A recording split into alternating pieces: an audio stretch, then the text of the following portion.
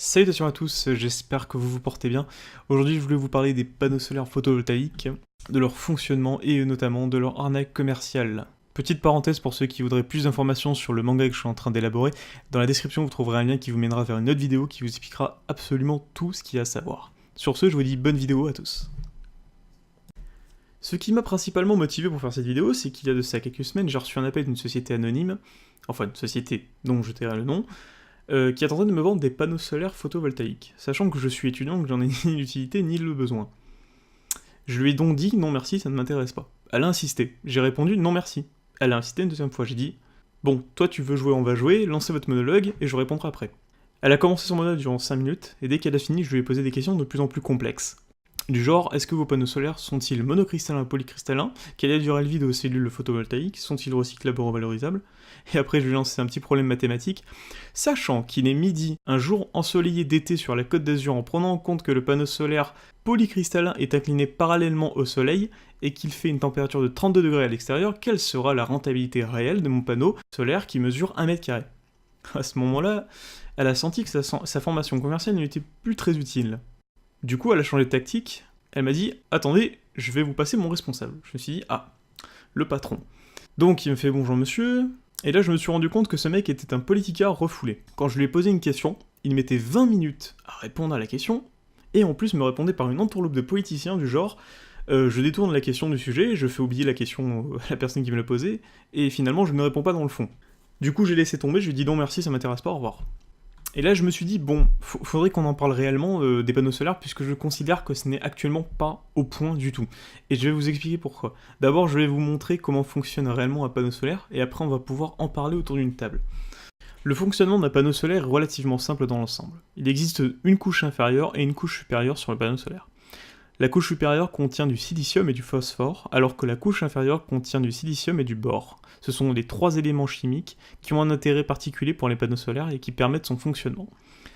En gros, le silicium, qui est l'élément principal du panneau solaire, est un élément chimique en abondance dans la nature et qui a la particularité, lorsqu'il est mis en contact avec des photons lumineux émanant du soleil, de fragiliser l'atome et ainsi de libérer ses électrons.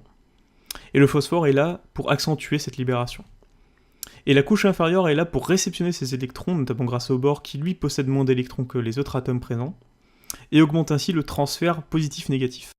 Et en fait, cette différence de charge génère une tension électrique qui permet de produire de l'énergie qui sera utilisable sous forme d'électricité. Voilà, c'est tout simple en fait. Maintenant, nous allons passer la réalité et les légendes du panneau solaire. Donc en admettant que vous allez voir un vendeur, il vous vend 1 mètre carré de panneau solaire. Il vous dit, donc c'est des bases théoriques, c'est pas la réalité, mais ça permet d'établir une idée de la rentabilité réelle d'un panneau solaire.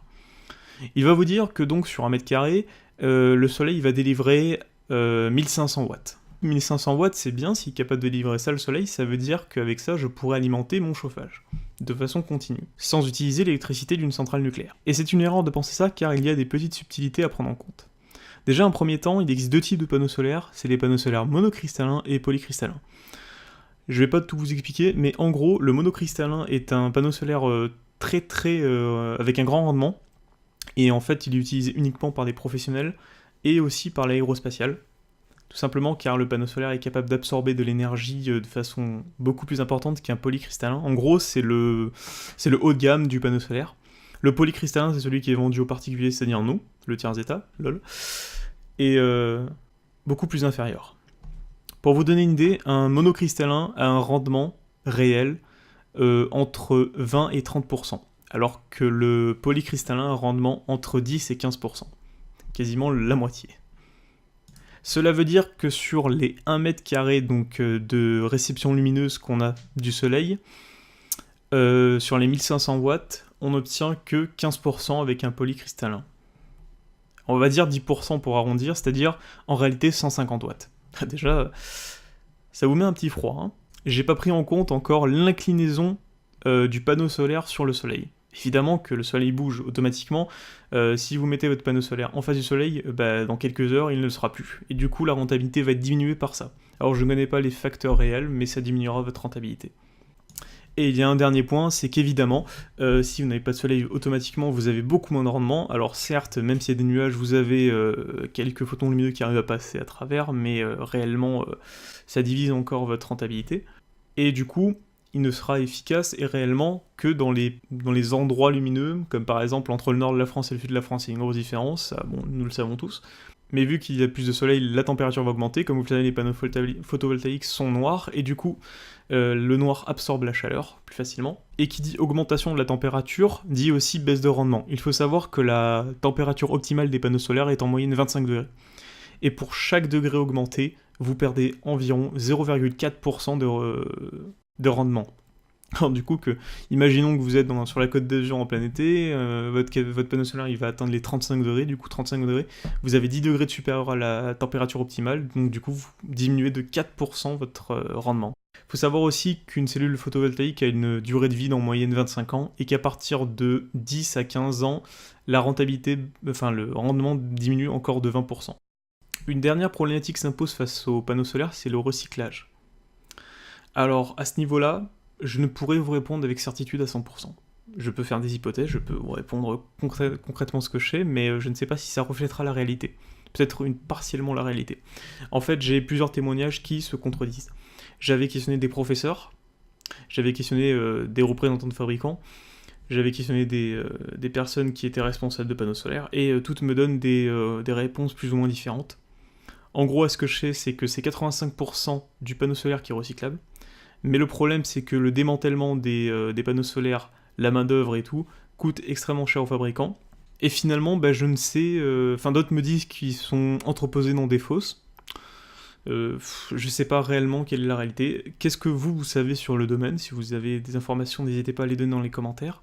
Si vous avez des avis, effectivement, sur ce que vous avez vu sur cette vidéo, est-ce que ça va vous être utile plus tard? Ce que moi, je peux vous conseiller, c'est que les panneaux solaires viennent d'une bonne idée quand même. C'est quand même l'énergie lumineuse. Le problème, c'est qu'actuellement, ils ne sont pas du tout au point. Ils n'ont pas une grande rentabilité. Mais peut-être qu'un jour, nous arriverons à mettre au point des panneaux solaires qui, peut-être, auront 70% de rendement, ce qui sera beaucoup mieux d'ailleurs. D'ailleurs, des gens commencent à s'interroger sur des panneaux photovoltaïques blancs, ce qui n'est pas idiot, puisque la température diminue son rendement. Donc du coup, blanc renvoierait la lumière, qui diminuerait sa température automatiquement en été. Enfin bref, plein de débats à faire dessus. C'est avec grande impatience que je lirai vos commentaires, et avec un grand plaisir accessoirement. Je vous dis à très bientôt, et salut à tous, bonne journée à vous tous.